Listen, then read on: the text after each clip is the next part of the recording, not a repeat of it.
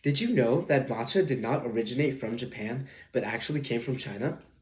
Matcha has been drank ceremoniously in Japan since the 7th century. My name is Ashton San Diego, and today I will show you how to make a delicious matcha latte. Matcha has soared in popularity in recent years. It's an alternative to coffee and has health benefits.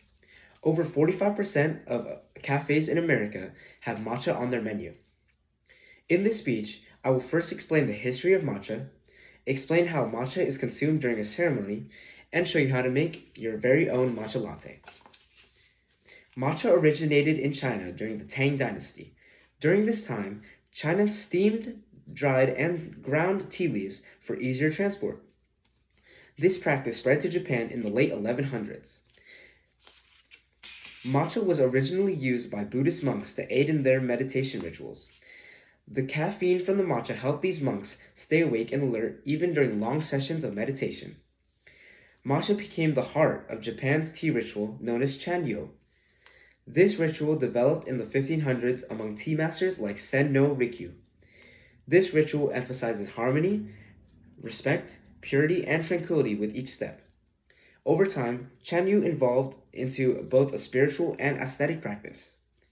The history of the matcha tea ceremony stems from long ago, however, it differed from other tea ceremonies. These tea masters focus on elegance and Zen principles.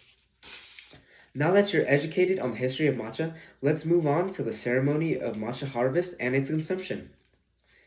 Matcha is grown from specially cultivated green tea plants called tencha, which are shaded from sunlight for about 3 to 4 weeks before harvest. This shading increases the chlorophyll in the tencha, which gives matcha its vibrant green color and its rich flavor. After harvest, matcha leaves are quickly steamed to prevent their oxidation and preserve their bright green color. Then, they're cooled and dried to preserve their smoothness. Finally, the leaves are slowly ground into a fine powder, which is packaged to keep them fresh and flavorful. In traditional Japanese tea ceremonies, matcha is carefully sifted and whisked with hot water in a bowl using a bamboo whisk called a chasen. Guests then drink the prepared tea in small, thoughtful sips to appreciate both the flavor and the ritual itself. During a traditional Japanese tea ceremony, guests will bow before receiving the bowl of matcha as a sign of respect to their host. Now that we have covered how matcha is consumed during ceremony, let's move on how to make your own matcha latte. The key to making a tasty matcha latte is using high-quality ingredients, especially using high-quality matcha powder.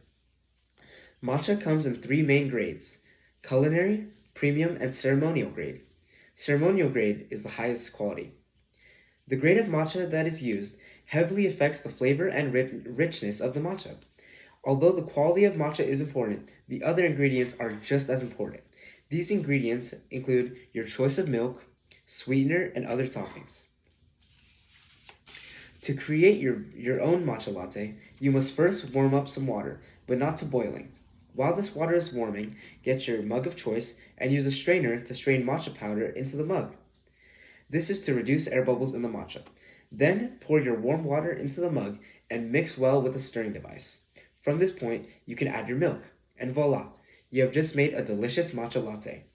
You can enhance your drinking experience by adding a sweetener or other toppings to your matcha. I like to add honey or fruit depending on my mood. Now that you know how to make a matcha latte, let's review everything covered in the speech.